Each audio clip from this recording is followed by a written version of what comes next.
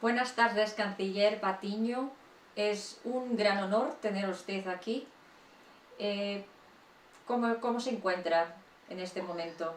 Muy bien, contento de estar contigo en la entrevista aquí en México, huyendo de una persecución política de mi país por haber dado un discurso llamando a la gente a defender los derechos que habíamos logrado en 10 años de un gobierno muy demócrata, de un gobierno progresista en América Latina, en nuestro país, en el Ecuador, y con la lamentable situación de tener que ser perseguido por haber actuado a favor de nuestro pueblo. Pero en medio de eso, manteniéndonos en la lucha. Y atento y contento de seguir esta entrevista contigo, Sara. Muchas gracias. ¿Por qué cree que Assange recurrió a Ecuador para pedir asilo político? A ver, él en algún momento comentó sobre este tema y me parece que una de las cosas que dijo es que él confiaba en que, en primer lugar, era un gobierno, el gobierno de Rafael Correa era un gobierno muy valiente, era un gobierno que además había tomado la decisión de actuar soberanamente sin dictados de poderes imperiales. Era un gobierno que estaba respetando y apoyando mucho el ejercicio de los derechos de las personas y que eso le daba mucha confianza para pedir el asilo al gobierno del Ecuador en aquella época. ¿Es cierto que Ecuador fue el único país del mundo a pedir a Wikileaks los cables diplomáticos? No, de ninguna manera. Bueno, quiero decir que Wikileaks envió los cables, los hizo conocer a través de grandes medios de comunicación, con la prevención, les digo a los medios, yo recuerdo mucho de aquella época, les dijo, ustedes filtren la información para que no vaya a causarse daño a personas, que no se ponga en riesgo, en peligro la vida de las personas. Y después de eso, el gobierno del Ecuador, a través de algunos contactos que tuvimos con él, le pedimos a él que en el caso del Ecuador, por favor, publicara todo. Esto fue lo único que pasó en el caso nuestro. Nosotros le dijimos a través de personas que pudieron hablar con él, le dijimos, por favor, queremos que en el caso del Ecuador no solamente sean los grandes medios de comunicación ecuatorianos los que publiquen lo que ellos quieren publicar, sino que por favor, Julián, permite que se publique todo. Y él tuvo la amabilidad de aceptarlo y en pocos días después o pocas semanas después, efectivamente puso públicamente, hizo pública toda la información de los correos, de tal manera que esto fue lo que pasó. Ya anteriormente los grandes medios internacionales habían publicado una parte de los correos a nivel mundial y nuestro único pedido para él fue haz conocer todos los cables del Ecuador para que no haya nadie que guarde información que quiera guardar, sino que todo se sepa limpiamente. Sabíamos nosotros la limpieza con la que hemos actuado y no teníamos ningún problema en que las cosas se hicieran así. O sea que, al contrario de otros países que quisieron ocultar las informaciones de los cables diplomáticos, Ecuador ha tenido la actitud de publicarlo y dar transparencia a los ciudadanos, ¿correcto? Bueno, lo primero que dijiste es correcto. Nosotros no los publicamos. Quien los publicó Fue fue Wikileaks, Wikileaks. sí. Todo el mundo tuvo acceso a esos correos. Señor canciller, una vez que usted supo que Assange pedía este asilo, ¿cuáles fueron los criterios aplicados para conceder este asilo? Bueno, lo primero fue consultar al presidente Correa porque, como sabes, en los países la política internacional la dicta el presidente y los cancilleres son ejecutores de la política internacional. Apenas conocimos en la petición de Julián, yo le pedí al presidente su criterio y su decisión, por supuesto, y él me dijo, mira, en principio mi opinión es que sí. O sea, una persona que está ejerciendo el periodismo, que está denunciando hechos, crímenes horrendos que se han producido en el mundo y que los ha revelado, en principio, de acuerdo. Pero mira la parte jurídica internacional, veamos si es posible hacerlo, el tema del asilo, etcétera, etcétera. Hicimos el estudio correspondiente, nos tomamos un tiempo para hacerlo y después de haberlo hecho, estábamos todavía redactando ya la decisión favorable de darle el asilo cuando se produjo la amenaza británica de entrar a nuestra embajada, que será seguramente parte de una posterior pregunta, pero los fundamentos básicos eran que consideramos que Julián era un perseguido político, un perseguido, un periodista que había actuado como corresponde, un periodista que denuncia internacionalmente o que hace conocer unas denuncias que ya por otro lado estaban escondidas internacionalmente, y que eso permitió al mundo entero conocer información que era fundamental que se conociera, porque eran crímenes que se habían producido, criminales que estaban libres y posiblemente hasta homenajeados, seguramente fueron galardonados por hacer lo que hicieron, y nos parecía absolutamente injusto, ilegal, contrario a las normas pactadas internacionalmente, a los tratados internacionales, que a una persona que estaba ejerciendo el periodismo como lo hacía él, se lo persiguiera. Considerábamos que había razón en su preocupación de que era un perseguido político, y que además, si es que era llevado a los tribunales de los Estados Unidos, él no tendría un juicio justo. Pues Assange en este pedido de asilo alegó que Australia le había abandonado y alegó que Estados Unidos buscaba su extradición. ¿Cómo han hecho para confirmar estos hechos, estas alegaciones? Bueno, en el caso de Australia, Australia efectivamente lo había abandonado completamente. Ellos nos dieron una respuesta evasiva, igual que la de los Estados Unidos. Le preguntamos a Estados Unidos si ellos habían iniciado un juicio y no nos respondieron. Y en el caso de Australia,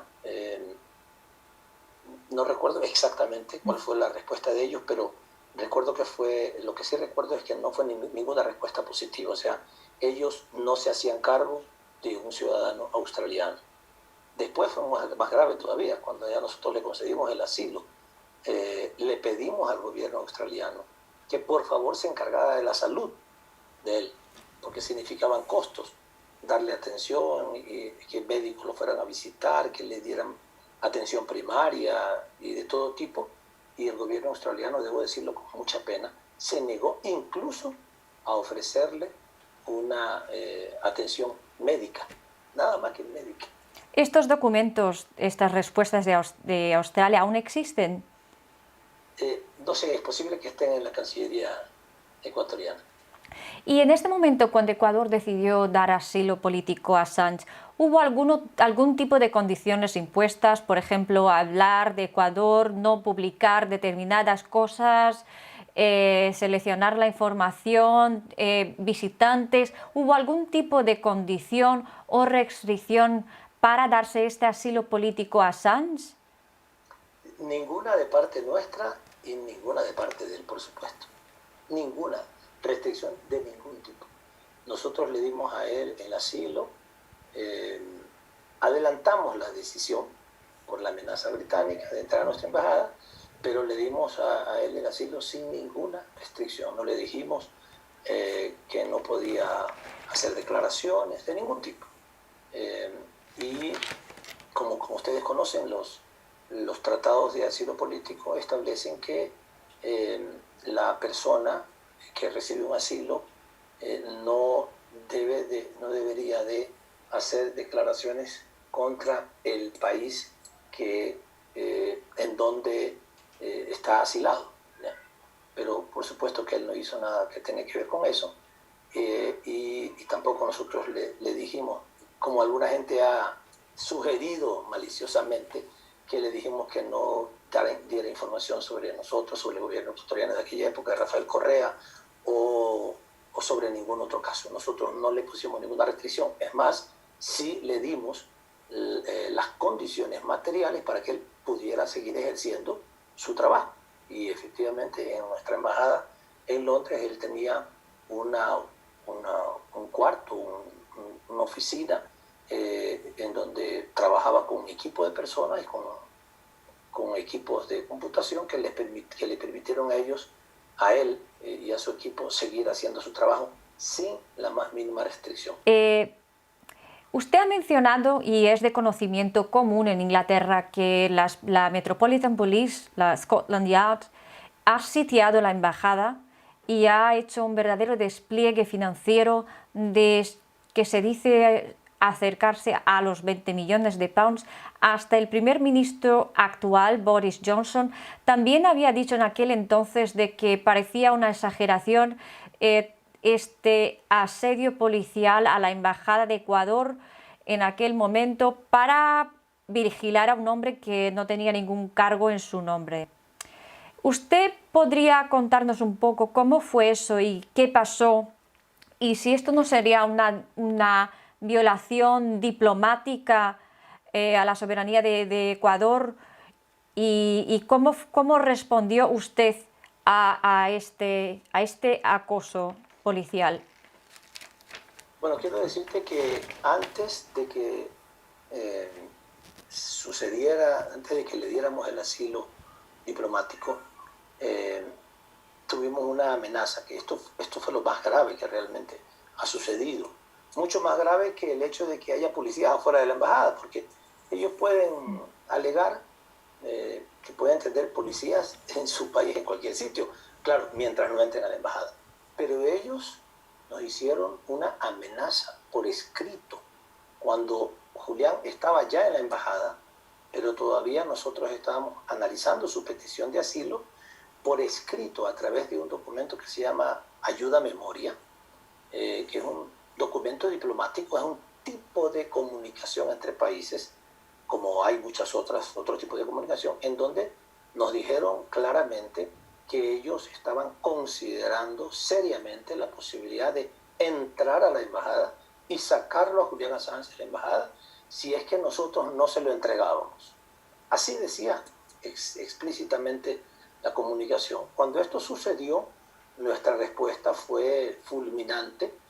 Convocamos al ALBA, a la Alianza Bolivariana de los Pueblos de América. Después convocamos a UNASUR, que ya estaba constituida, en el 2008 se había constituido. Convocamos a UNASUR y luego convocamos a la OEA, en donde Estados Unidos tiene normalmente tanta fuerza política. Los tres organismos condenaron la amenaza, digamos, del Reino Unido, unos más fuertes que otros, pero los tres lo condenaron y respaldaron la decisión cualquier decisión que tomara el gobierno del Ecuador respecto al tema. Esto fue un golpe muy fuerte, muy duro contra el Reino Unido, porque incluso yo recuerdo la embajadora de los Estados Unidos en la OEA tuvo que abstenerse de la votación, no se pudo oponer, se tuvo que acoger a la mayoría. El único gobierno que se opuso fue el de Canadá, parece mentira. Pero todos los demás unánimemente apoyaron al gobierno del Ecuador, y esto yo creo que puso en buenos términos la situación en ese momento, porque claro, no se puede ni comparar siquiera la capacidad económica, militar, política del Reino Unido con la del Ecuador, pero una reacción amplia y contundente de los países latinoamericanos y caribeños. Los caribeños, muchos de esos países cuya jefa de Estado es la reina de Inglaterra, también votaron con nosotros. Esto fue fundamental porque, claro, alguien podría pensar, un país que fue imperio como Inglaterra, el Reino Unido pues como nación, que amenazara a un pequeñito país sudamericano, pensaron que nos íbamos a morir de miedo y íbamos a dar marcha atrás, pero no, lo contrario. El presidente Correa me dijo, Ricardo, mañana mismo le concedemos el asilo. Ya teníamos los fundamentos, pero vamos a tener que adelantarlo para que sepan que no se pueden meter con un país soberano como el Ecuador. Y esto pasó. Después de eso, por supuesto, después de dar el asilo, ellos saltaron, Inglaterra saltó y comenzaron a poner una serie de refuerzo policial afuera. Realmente es un absurdo, porque sería loco que Assange quisiera salir, quisiera escapar. Él tenía el asilo. lo que necesitábamos es que nos dieran el salvoconducto. Y esto es lo que pedimos permanentemente, pero el gobierno británico nunca lo aceptó. Esto quería preguntar al respecto del salvoconducto de Assange. ¿Qué pasó en este momento? ¿Por qué no fue posible? ¿Qué tipo de resistencia el Reino Unido ofreció?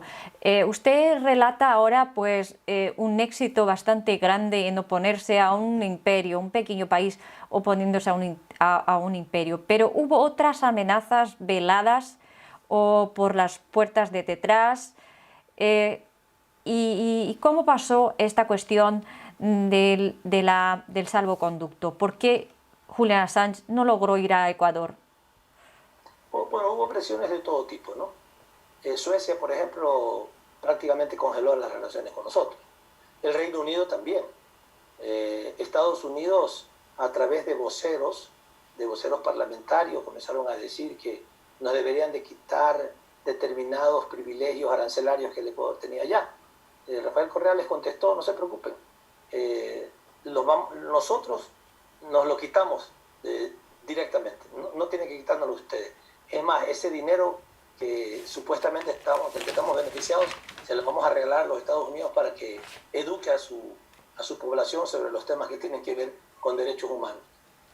Así hubo varias presiones de diversa naturaleza, pero por supuesto que nosotros habíamos tomado la decisión y seguíamos manteniéndola sin ninguna discusión, sin ningún reparo. Canciller, yo entiendo que la oficina en la Embajada de Ecuador en Londres es bastante chiquita hasta mismo para sus expedientes diplomáticos. ¿Han usted tenido que hacer adaptaciones para mantener a Julian Assange ahí? ¿Y cuáles fueron? Bueno, realmente lo único que se hizo fue que un cuarto pequeño que había al fondo de la embajada se lo adecuó para que él estuviera allí con un mínimo de seguridad.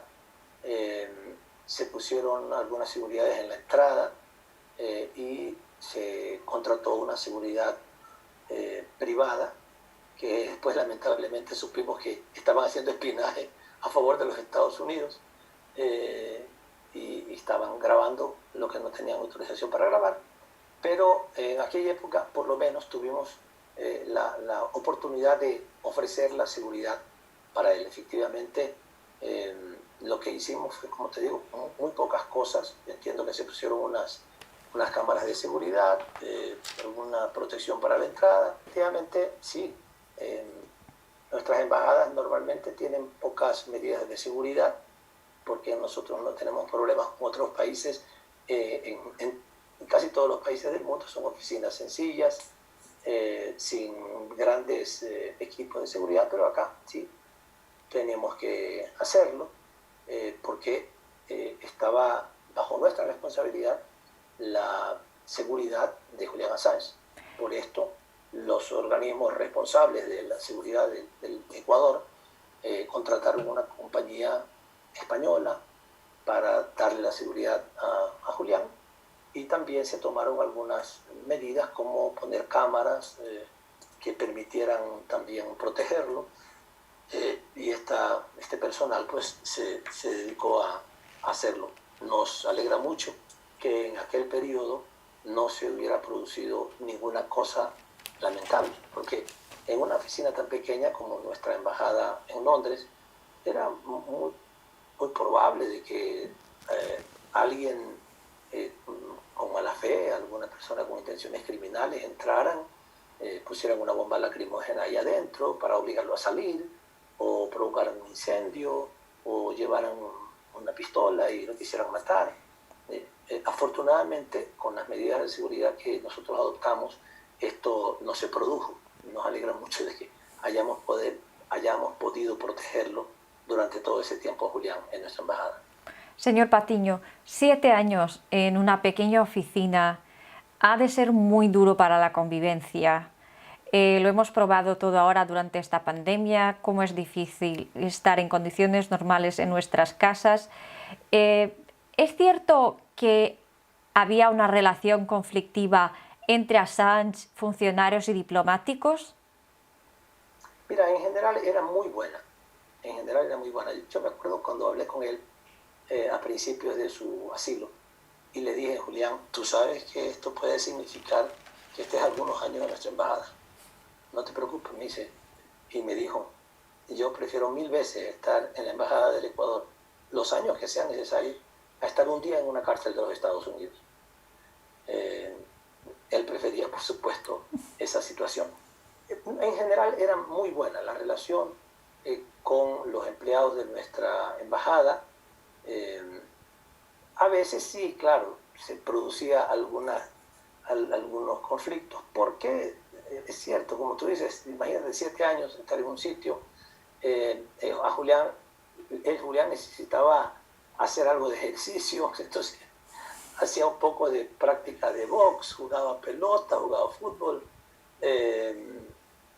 hacía, no sé, aeróbico, algunas actividades que posiblemente en algún caso habrá, no sé, roto un vaso o algún vidrio, y que eso no les gustaba.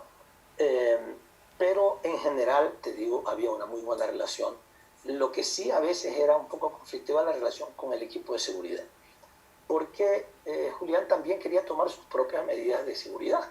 También tenía desconfianza del equipo de seguridad. Esto quería preguntarle, cuando usted habla de la seguridad, estamos hablando de UCL Global, la empresa española que ahora está en juicio en España por haber espionado a Assange, por haber grabado las informaciones confidenciales de Assange y sus abogados, por haber grabado las conversaciones con visitantes y haberla dado a la CIA, a Central Intelligence Agency, que ahora están en juzgado en España. ¿Es de esta empresa que habla usted?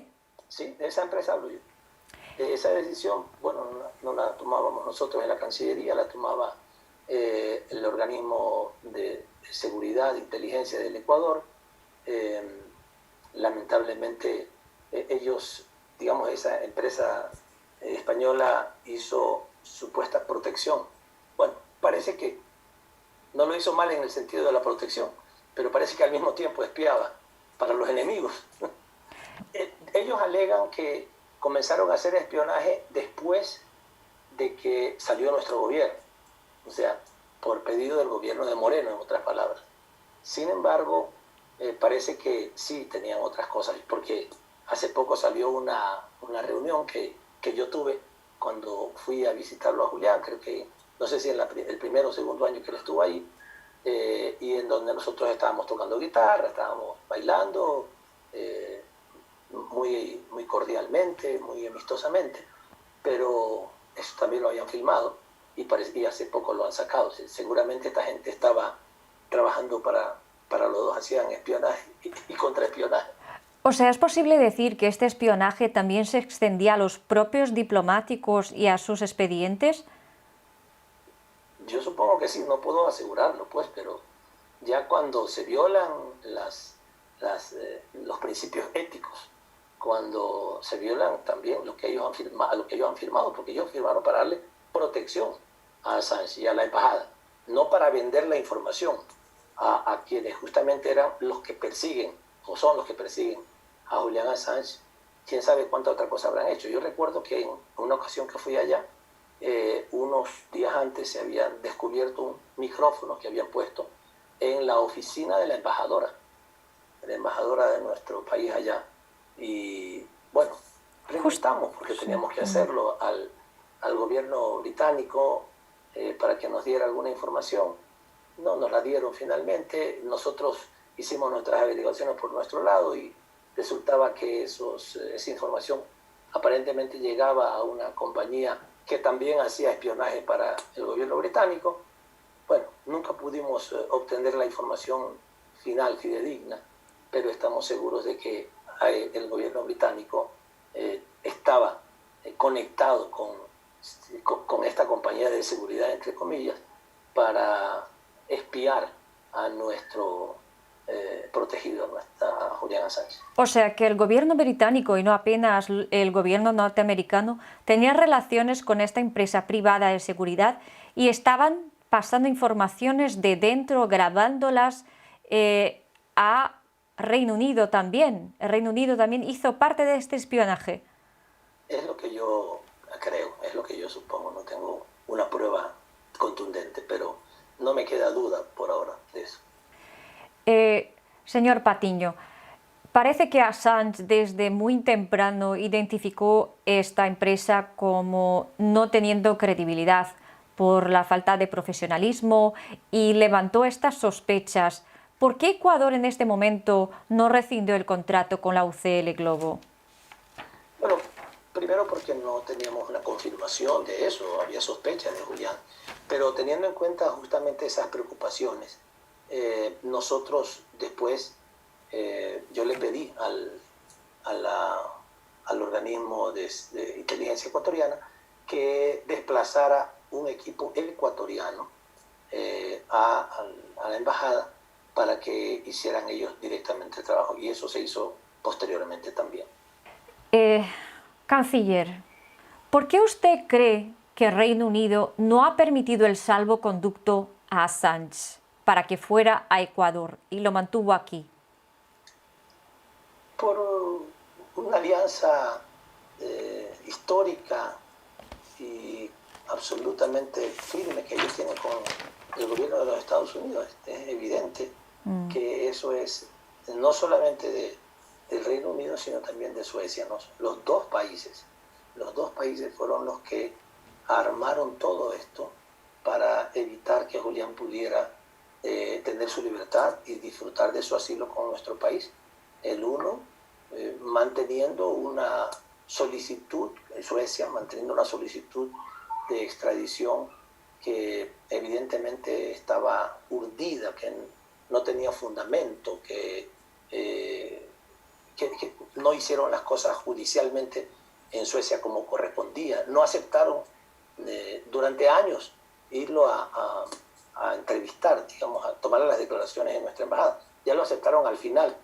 Y después de que lo aceptaron, ya dijeron, bueno, ya por nosotros el caso está terminado. Pero le sirvió mucho tiempo esa supuesta, esa solicitud de extradición, supuestamente con fundamentos jurídicos que no había, para que el Reino Unido tuviera la excusa para no darnos el salvoconducto. Entonces, lo que el Reino Unido, yo me entrevisté con el canciller británico en algunas oportunidades, y ellos decían dos cosas. En primer lugar, que ellos ya como que no les quedaba más que aceptar que le diéramos el asilo a Assange, y por razones de la diplomacia internacional no podían meterse en nuestra embajada, pero que ellos no se sentían responsables, digamos, del tema, porque ellos no han firmado ese convenio de asilo político que nosotros teníamos suscrito en América Latina. Por tanto, ellos decían, eso es una cuestión de ustedes. Y en segundo lugar, lo que ellos decían es que ellos tenían activa la solicitud de Suecia de la extradición, y que ellos no tenían otra alternativa más que aceptar eso, y la única, lo único que ellos nos decían, y siempre lo decían así, apenas ponga un pie afuera de la embajada, el señor será apresado. Verdaderas amenazas. Sí, claro. Incluso le decíamos, bueno, y si este señor tiene una emergencia médica y hay que sacar a operarlo, tiene un problema en el corazón, nosotros no tenemos ningún problema en que salga, pero apenas salga de la embajada, lo tomaremos preso. Y si hay que llevarlo a un hospital, lo llevaremos nosotros, pero ya estará preso con nosotros. O sea, siempre argumentaron. Señor Patiño, en la nueva solicitud de extradición en este juzgado, ahora en agosto, en el Reino Unido, una vez que los procedimientos ya habían empezado, la Fiscalía sorprendió la defensa con esta solicitud adicional para incluir acusaciones de que Julian Assange hubiera ayudado a Edward Snowden a trasladarse a Ecuador. Por final esto no pudo suceder. Edward Snowden quedó atrapado en Rusia y incluso pero Edward Snowden en su libro hace agradecimientos a un diplomático ecuatoriano, el excónsul Fidel Narváez, por su ayuda. ¿Es cierto que el cónsul de Ecuador en aquel entonces lo hizo por su propia cuenta sin instrucciones? Es cierto. tenía razón en hacerlo, pero no recibió instrucciones nuestras. Señor Patiño, que ahora ocurre aquí en Old Bailey, a unos 5 kilómetros de donde yo hablo, y Assange está siendo acusado y juzgado, es tratado como el juzgado del siglo, por algunos incluso del milenio, y es un juzgado que definirá el destino de la libertad de expresión, del derecho de saber, puede afirmar la jurisdicción mundial de Estados Unidos y poner a riesgo de que el periodismo investigativo sea visto como espionaje, una criminalización. ¿Por qué usted cree que Amnistía Internacional, Reporteros Sin Fronteras han tardado tanto en manifestarse, así como otras organizaciones de derechos humanos? Y es tarde, ahora que Assange ya está preso en Belmarsh Prison y puede ser extraditado. Sí, a mí me apena que se hayan demorado tanto. Me parece terrible, porque más allá de muchas luchas por la libertad de expresión en muchos países del mundo, este es el caso más emblemático, más icónico, más importante, porque en muchos otros casos el periodismo ha denunciado incorrecciones, irregularidades, denuncias de diversa naturaleza, pero este es de lo más grave, porque estamos hablando de crímenes atroces, estamos hablando de engaños a escala mundial, de supuestos pretextos para invadir países y matar a centenares de miles de personas. Estamos hablando de crímenes horrendos y masivos que deben ser denominados por cualquiera de persona que conozca algo de política internacional como crímenes de lesa humanidad. En eso contribuyó Julian Assange, a denunciar eso. Además, realizados por el ejército del país militarmente más poderoso del mundo. Eso debía ser aplaudido, eso debía ser homenajeado, debía ser considerado un héroe por atreverse, por tener la valentía para hacer lo que él hizo. Y en vez de suceder eso, un pequeño país como Ecuador, el gobierno de Rafael Correa le tuvo que dar el asilo, mientras muchos otros se lo negaban. Y el conjunto de periodistas del mundo, con muy pocas excepciones, le dieron la espalda a Julian Assange durante todo ese tiempo. Solo amigos personales de él, o figuras del cine, figuras de la política también a nivel internacional, pero también contados con pocas manos, con los dedos de pocas manos, lo iban a visitar y le ofrecieron su solidaridad. Ahora, en buena hora, que lo están haciendo. Tarde, pero por lo menos algunos organismos internacionales de prensa lo están haciendo. Pero la mayor parte de los grandes medios de comunicación siguen tachándolo a Julian Assange de todo. Por ahí tenía algunas frases que habían considerado medios de comunicación de acusaciones de funcionarios estadounidenses que le decían combatiente enemigo, servicio de inteligencia hostil, todo para justificar el enjuiciamiento o la extradición de él. Muchos medios de comunicación han seguido manteniendo eso y prácticamente ninguno se ha emprendido campañas como emprenden para otros casos no tan significativos como este, campañas en defensa de él, de la libertad de expresión, de él como persona, que se merece una defensa personal, pero además él como expresión real de la libertad de expresión. Esto no sucedió, nos apena mucho, creo que también es muy tarde ahora, pero por lo menos, como el dicho lo señala, mejor es tarde que nunca. Y ojalá esto prenda, esta mecha de la denuncia, del reclamo, prenda a nivel internacional y cada vez haya más personas que exijan la libertad de Julian, que se la merece. Señor Patiño, durante estos 7 años que Julian estuvo en la embajada, ¿algún miembro del Parlamento británico, político británico, fue a visitar a Assange, le ofreció a usted o al Ecuador algún tipo de auxilio nosotros sabemos que miembros del Partido Laborista como Jeremy Corbyn mantuvo callado pese los intentos y las solicitudes de que hablara. Al final habló cuando ya no era el líder de la oposición y a lo mejor tenía poco que perder. ¿En algún momento durante estas trayectorias de 7 años usted ha recibido algún tipo de apoyo junto a Julian Assange de la clase progresista británica?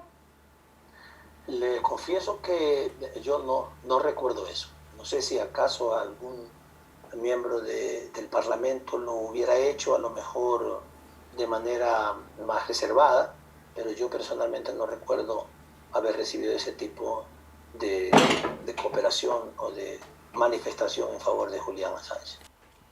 Canciller, parece que la historia le ha dado la razón a usted, a Ecuador y a Julian, y que todo lo que se alertaba en aquel entonces se vio cumplido.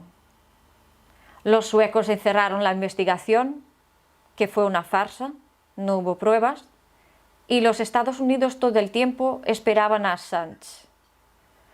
Hoy su nombre está asociado a este hecho y está asociado con lo que hoy es tenido como el enemigo número 1 de América, que fue sometido a una sistemática campaña de difamación. ¿Tiene miedo y se arrepiente usted? En ningún momento. No me puedo arrepentir de haber protegido la vida de un héroe, de un periodista valiente que alertó al mundo de crímenes atroces que se habían cometido.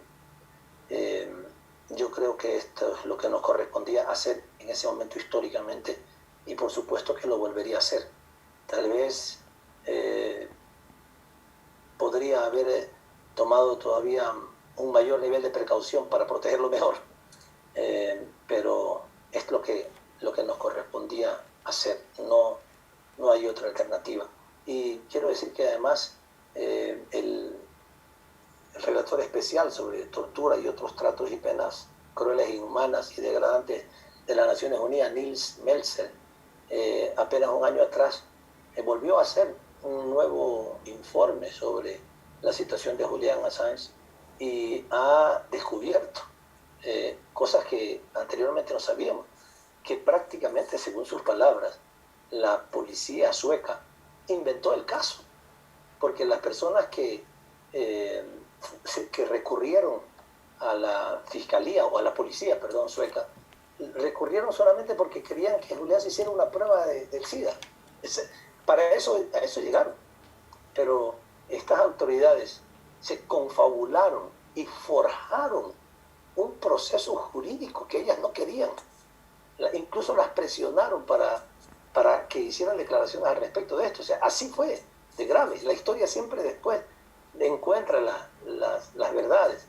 Y esta farsa de que él las había violado y tanta otra tontería, cada vez se ha caído más, porque no estamos hablando de cualquier persona, estamos hablando de un relator especial de las Naciones Unidas, que con su puño y letra asevera que la policía sueca, seguramente, claro, con la orden de las autoridades políticas de aquel entonces, forjaron el juicio para que hubiera este pretexto para mantenerlo a Julián, digamos, dentro de nuestra embajada y que no pudiera disfrutar de su asilo. Y todo aquello que se decía, no, si no es cierto, los Estados Unidos no tienen ningún caso contra él, no le va a pasar nada, déjenlo nomás. Fíjense ustedes en qué situación está en este momento viviéndose. Todo lo que dijimos, todo era absolutamente cierto. Todas las sospechas que teníamos y que fueron el fundamento para concederle el asilo están totalmente confirmadas por la realidad y por la historia.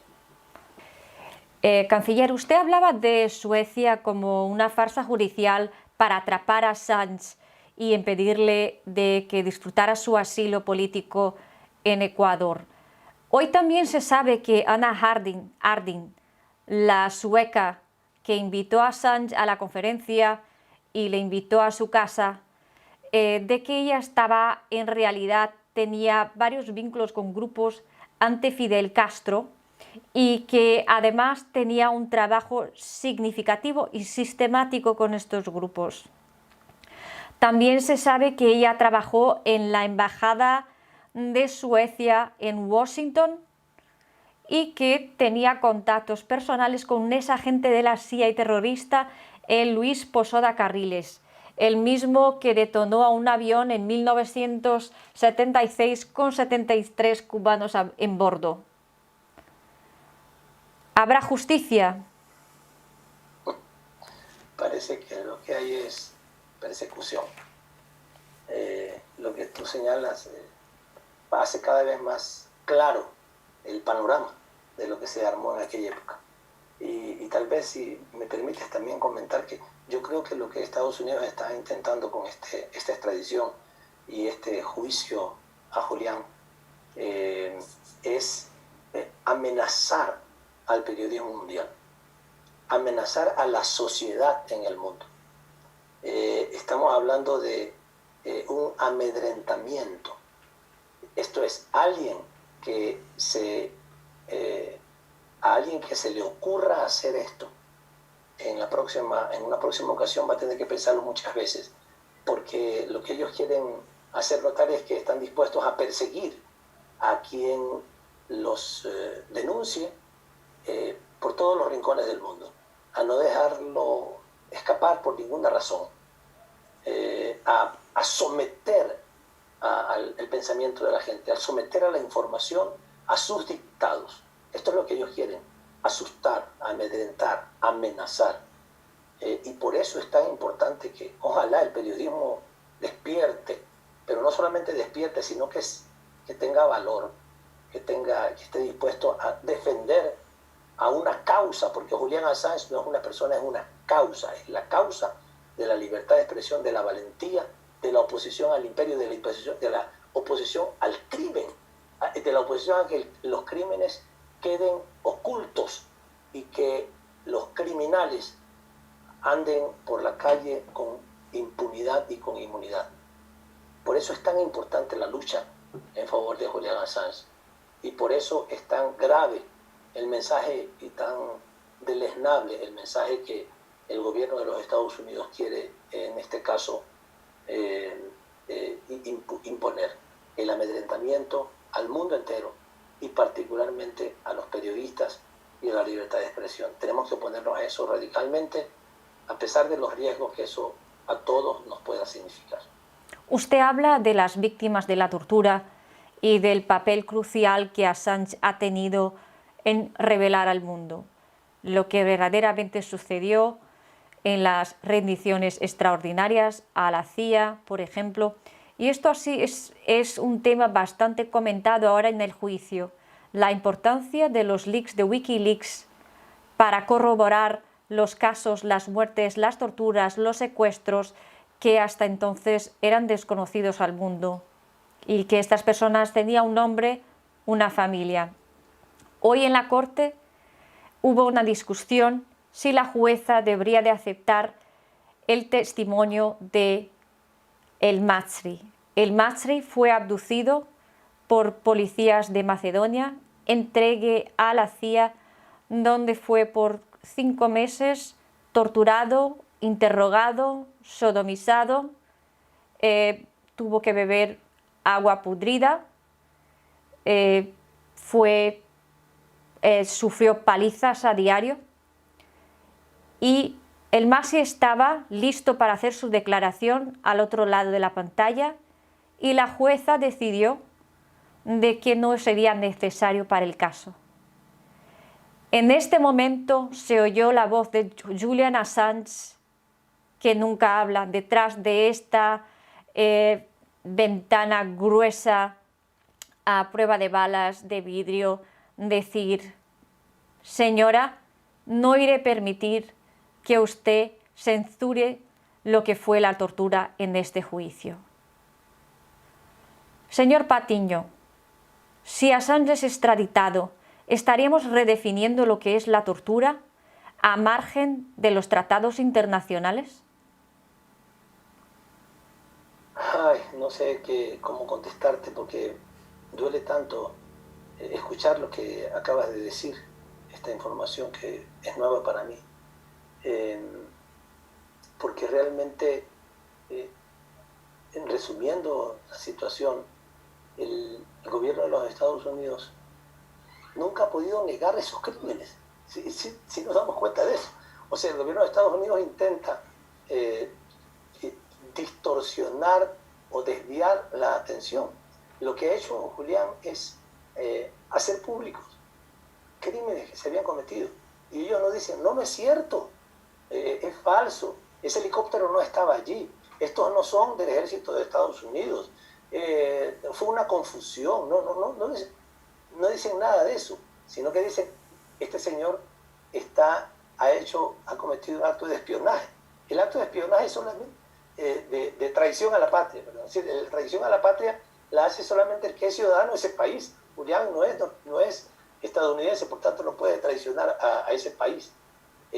Pero este es el tema, esto es lo grave, es distraernos y hacernos preguntar, ¿es cierto que el señor reveló de mala manera, violó la ley?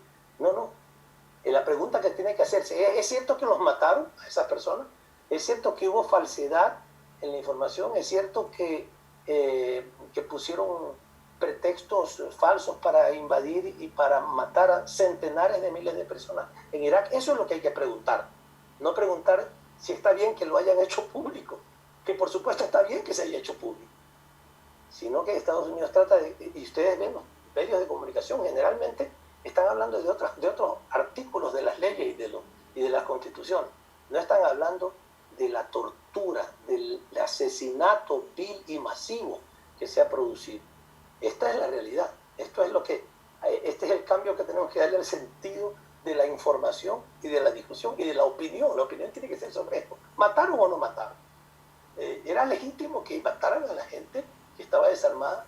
¿Era legítimo que invadieran a países con mentiras hechas públicas a través de medios de comunicación? Estos son los que deberían estar en el banquillo los acusados, los gobernantes de los Estados Unidos, los comandantes de ese ejército, los directores de los medios de comunicación que aceptaron reproducir las mentiras. Ellos deberían ser los acusados. Y ahí no hay ninguna duda, todas las pruebas son públicas y todos los artículos de las leyes están. Y no estar torturando, como lo han torturado a Assange, porque el haberlo forzado a estar en nuestra embajada durante 7 años es un acto de tortura. No lo digo yo, lo dice Nils Metzler, el redactor especial de las Naciones Unidas al respecto de esto. Y lo han reconocido muchísimas personas.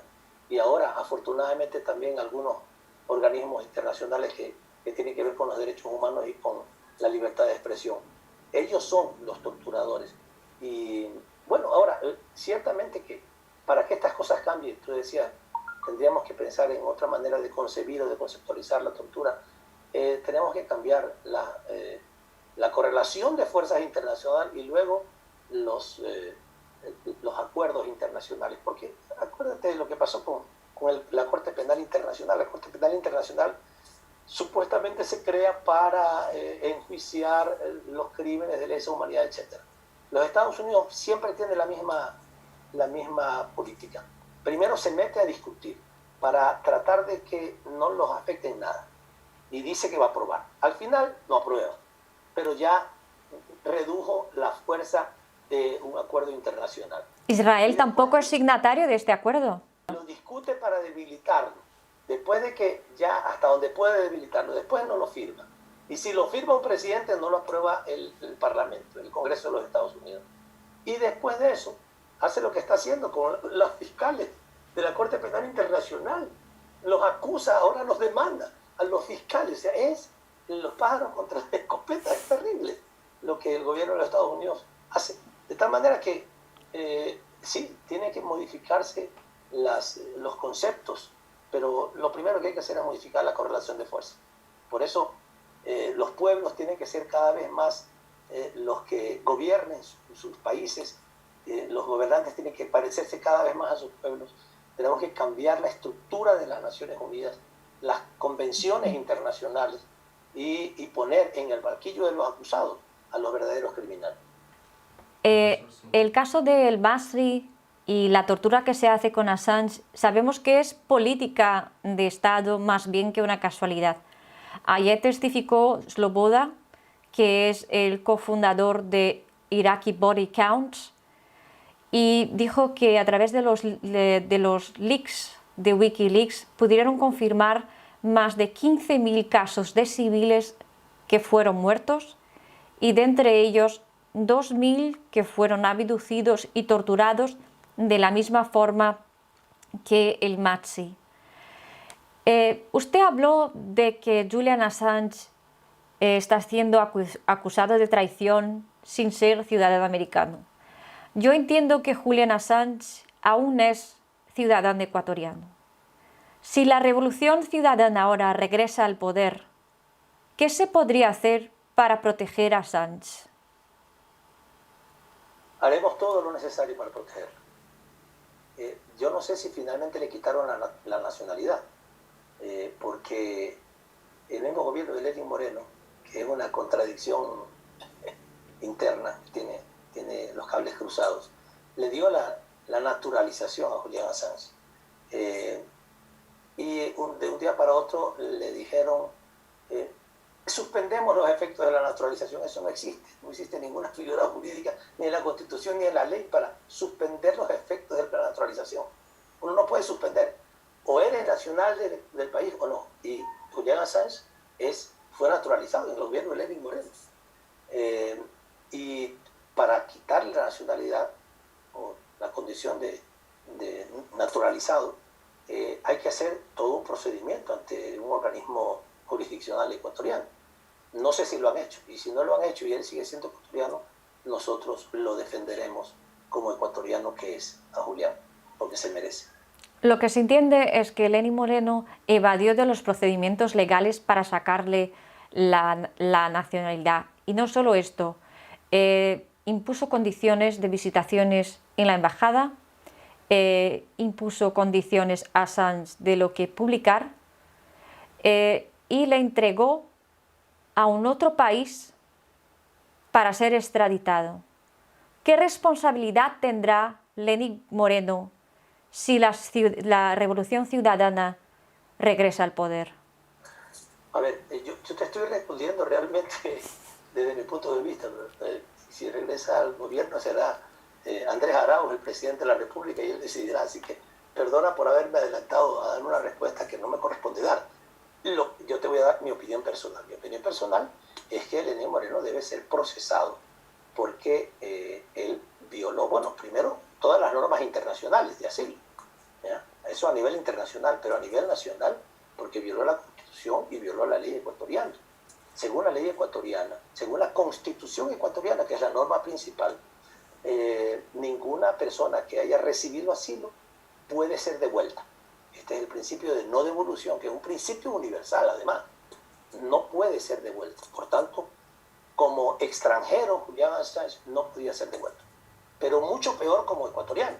Julián ya era naturalizado ecuatoriano y la Constitución también dice claramente que el gobierno del Ecuador no puede extraditar a un nacional. Peor entregarlo, como lo entregaron de la manera más abyecta, más traidora, a Julian Assange, de tal manera que ojalá el gobierno del Ecuador, el próximo gobierno del Ecuador, y ojalá la Revolución Ciudadana triunfe en febrero del próximo año, tome la decisión de procesarlo a este presidente que hemos sufrido durante estos 4 años por haber violado la ley y la Constitución ecuatoriana y por haber cometido un acto de traición a nivel internacional y de violación de las normas internacionales que existen. Canciller, usted hoy pide asilo político en México, es víctima de un lawfare, así como Rafael Correa, Lula en Brasil y Julian Assange como el caso más icónico de lo que es el lawfare. Unos especialistas dicen que el lawfare es un arma del imperialismo y que viene con fuerza para quedarse un buen tiempo. ¿Usted está de acuerdo con este análisis? ¿Y qué cree usted que nos toca hacer para que la justicia sea justa? A ver, sí, estoy completamente de acuerdo. Es una estrategia que vienen impulsando desde hace una década, un poco más de una década atrás, en América Latina, con relativo éxito, pero también ya les está comenzando a dar vuelta la hoja, ¿no? Porque les funciona en la medida en que tienen gobiernos que respaldan ese lawfare, esa judicialización de la política. En Argentina ya se les está volcando, en Brasil también, y en el Ecuador también. Lo que han hecho contra Rafael Correa es impensable. O sea, lo acusaron de primero lo acusaron de un secuestro en Colombia de una persona que tenía orden de captura, o sea, no tiene ningún sentido. Después lo han acusado ahora de sobornos. La prueba es un cuaderno que ya está probado que fue forjado, el cuaderno. Después un préstamo que se hizo con recursos de un fondo común en la presidencia de $6.000, que los pagó además. O sea, y después, como no le encontraron nada a él, no tiene ninguna cuenta, ninguna propiedad, nada que pueda demostrarse que hay algo de plata de llevó él. Entonces lo han tenido que acusar de influjo psíquico. Tuvo un influjo psíquico que dio lugar a que solamente con su pensamiento ministros pidieran sobornos. ¿Sí? Como no encuentran ninguna prueba de nada, o sea, no encuentran ninguna prueba de que se haya apoderado de recursos y tampoco ninguna prueba de que él haya dispuesto que se lo hiciera, entonces es el influjo psíquico, es la mente de él, que los otros la leyeron y que pensaron que él quería que hiciera eso. Así lo han acusado a él de soborno. Es increíble lo que se hace. Bueno, pero esto se ha hecho en América Latina también, o sea, el inventarle a Evo Morales un hijo que no existía y tantas otras cosas. Es un tema que ciertamente ha ido construyéndose desde el Imperio norteamericano, pero con las élites de nuestros países, porque si no fuera por ese apoyo que ellos le dan, no habría sido posible. Y por supuesto, eso va de la mano con la atomización o con la división de los gobiernos de nuestra América, que es lo que Estados Unidos quiere, el gobierno de los Estados Unidos quiere tener. O sea, quiere tenernos divididos para que no podamos reaccionar, para que ante, digamos, decisiones que ellos toman, nosotros no podamos responder con fuerza. Sería entonces... o ante situaciones que se tomen en otras regiones, en otros países, que ya nosotros estábamos comenzando a tener muchas importantes opiniones regionales a nivel mundial sobre temas de cambio climático, de destrucción de armas masivas, etcétera, etcétera. Y esto ahora cambió, porque han logrado primero debilitar a los gobiernos progresistas, en algunos casos con golpes de Estado militares o golpes parlamentarios, etcétera, reducir la fuerza de los gobiernos progresistas, y han prácticamente eliminado el funcionamiento de UNASUR y de CELAC actualmente. Los dos organismos están prácticamente suspendidos. Yo creo que lo vamos a fortalecer. Espero que de aquí a 5 a 10 años podamos otra vez retomar eso, pero va de la mano, lo uno, el lawfare, con también el debilitamiento de la integración de nuestra región, que es fundamental. Canciller, usted lo que me dice es que para hacer frente al lawfare y hacer frente a las empreitadas imperialistas de los Estados Unidos, la solución sería una integración latinoamericana más sistemática. ¿Tendríamos que hablar de una refundación del Mercosur? ¿Qué le parece? No del Mercosur, porque Mercosur solamente incluye a los países del Cono Sur. Es una recuperación o reactivación de UNASUR, que incluye a toda América del Sur, y la CELAC, la Comunidad de Estados Latinoamericanos y Caribeños, que incluye América del Sur, América Central y el Caribe. Esto es fundamental. Ciertamente que cada país, en la medida en que vayamos recuperando ya gobiernos populares, gobiernos progresistas, gobiernos soberanos, debemos ir también echando abajo esta estrategia de lawfare, pero también es fundamental nuestra integración. Si nosotros logramos la integración, allí también se pueden establecer normas, leyes, acuerdos internacionales para defender la libertad de nuestra gente, para defender la libertad de nuestros políticos y de nuestros líderes, a los que se los quiere a todos encarcelar y destruir, porque no solamente encarcelar, es destruir familiarmente. Incluso podría llegarse a generar un nivel de odio tan grande que hasta se puede mandar a asesinar a nuestros líderes. Ya lo hemos vivido en América Latina en épocas anteriores, cuando se genera un nivel de odio que además es fomentado por los medios de comunicación mercantilistas.